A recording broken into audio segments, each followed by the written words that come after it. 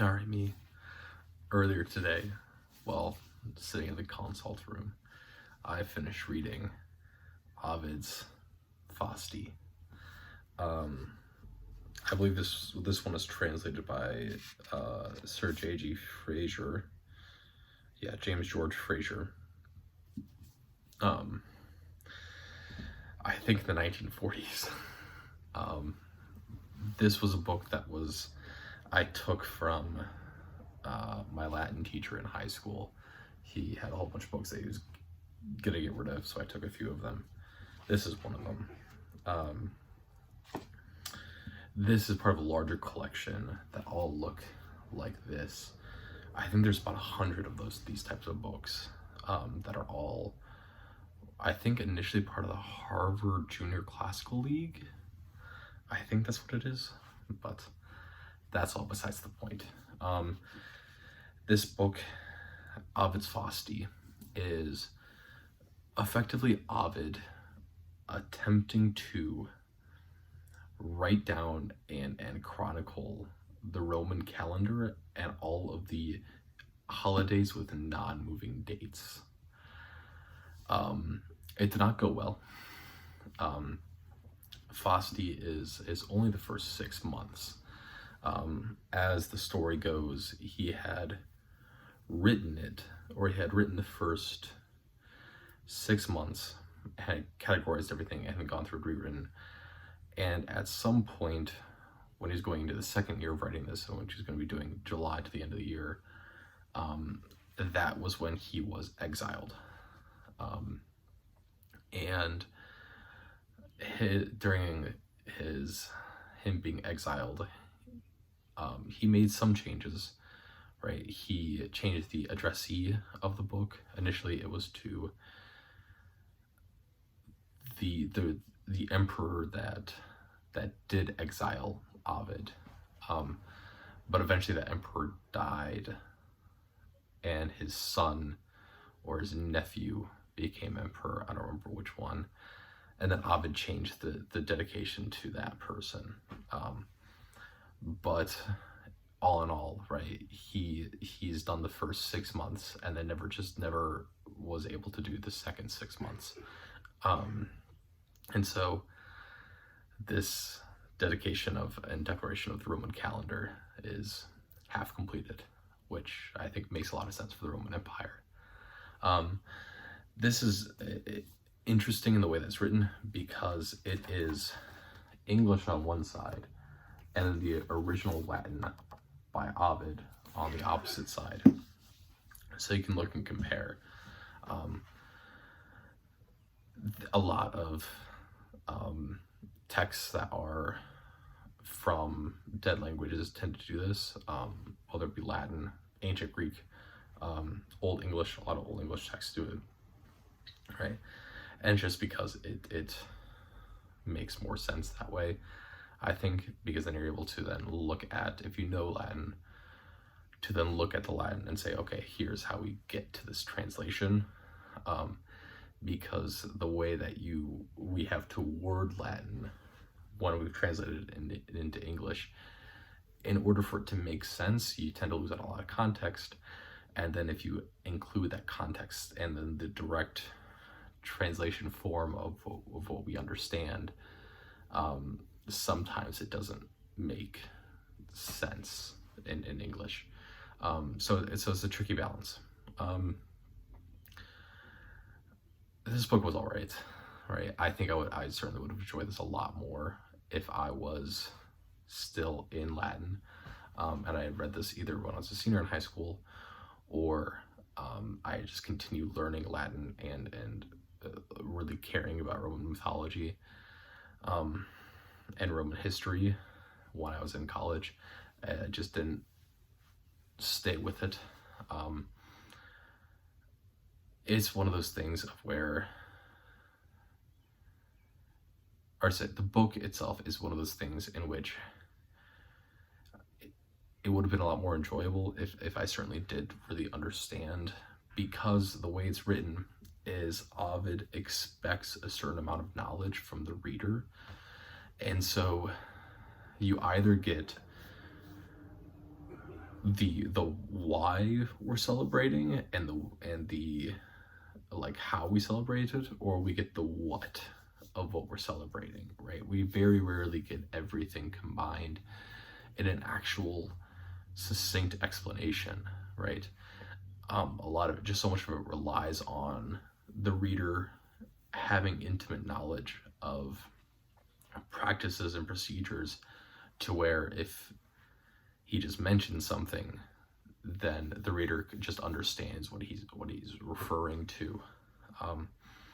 And so me, having a vague background in Roman history, is and being a little bit far away from that, certainly made this a kind of a meh read. I'm sure my friend Tiff would love it. But yeah. It's also interesting the way it's written, because it's combining astrology, the mythology of Rome, and the history of Rome, and it's kind of combining all three of them into one big thing, and showing the importance of all three of them throughout the Roman calendar, which I think is a very interesting thing, because when you look at the way that we tend to actively portray Rome, we do tend to think of it as, or portray it as, a deist society and a polytheistic society, yes. We also tend to envision it as a very straightforward, straight-nosed kind of society, right? That doesn't have a lot of room for, all these other things going on. In reality, that's all that's happening in Rome, is all these extra little things going on, that people are believing in, but we don't portray it that way, right? This is probably the second most important thing Ovid wrote. Ovid also wrote Metamorphoses, which is by far the more important, I would say, but also just simply more popular piece of literature that Ovid's written. Yeah.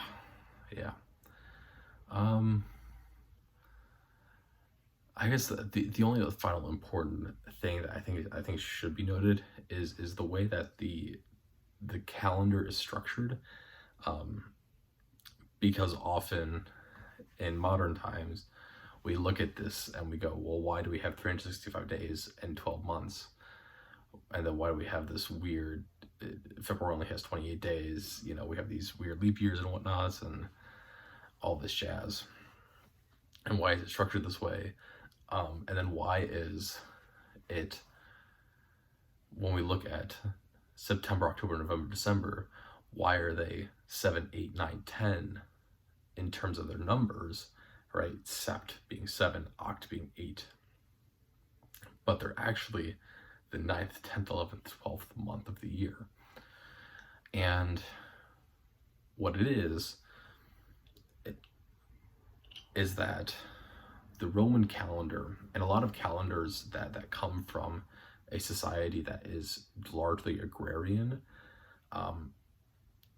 what they look at is, because they are consistently working the fields, is that the months where they cannot work do not count as months in general, right? Because there's no work being done. It is time that is existing, but it's not being perceived as viable and valuable days, right? So in the Roman calendar, the year begins, or in a lot of interpretations of the Roman calendar, the calendar begins in March, and then you have March through December, and then you have these 2 months, January and February, that are initially not counted as months, right? They didn't exist, right? And it wasn't until a little bit later that, when they more or less consolidated and they started using the lunar cycle rather than an agrarian cycle, that they then added these 2 months back in. Um, and they give these names, but what they do, and for whatever reason, I don't know why we decided to do this,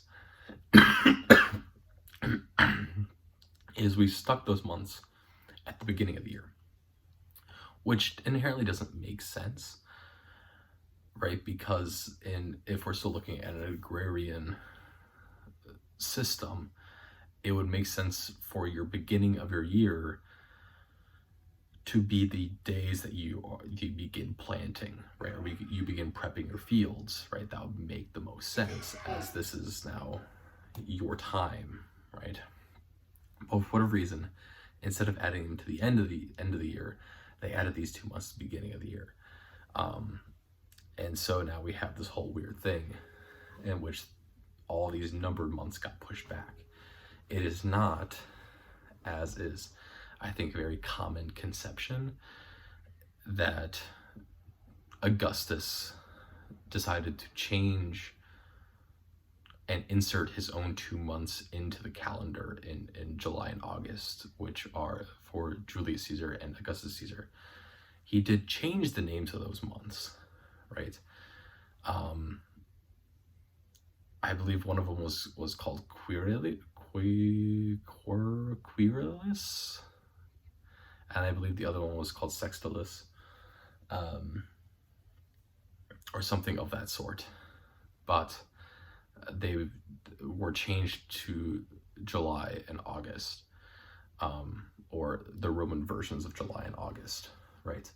But that was after this switch had already happened, in which we suddenly added these 2 months in, right? So, yeah. That's really it for Fasti, right? It's, if you're really interested in Roman culture, I guess it makes sense, and it's a fun read. But if you're not, you're gonna be bored a lot, like I was. But yeah.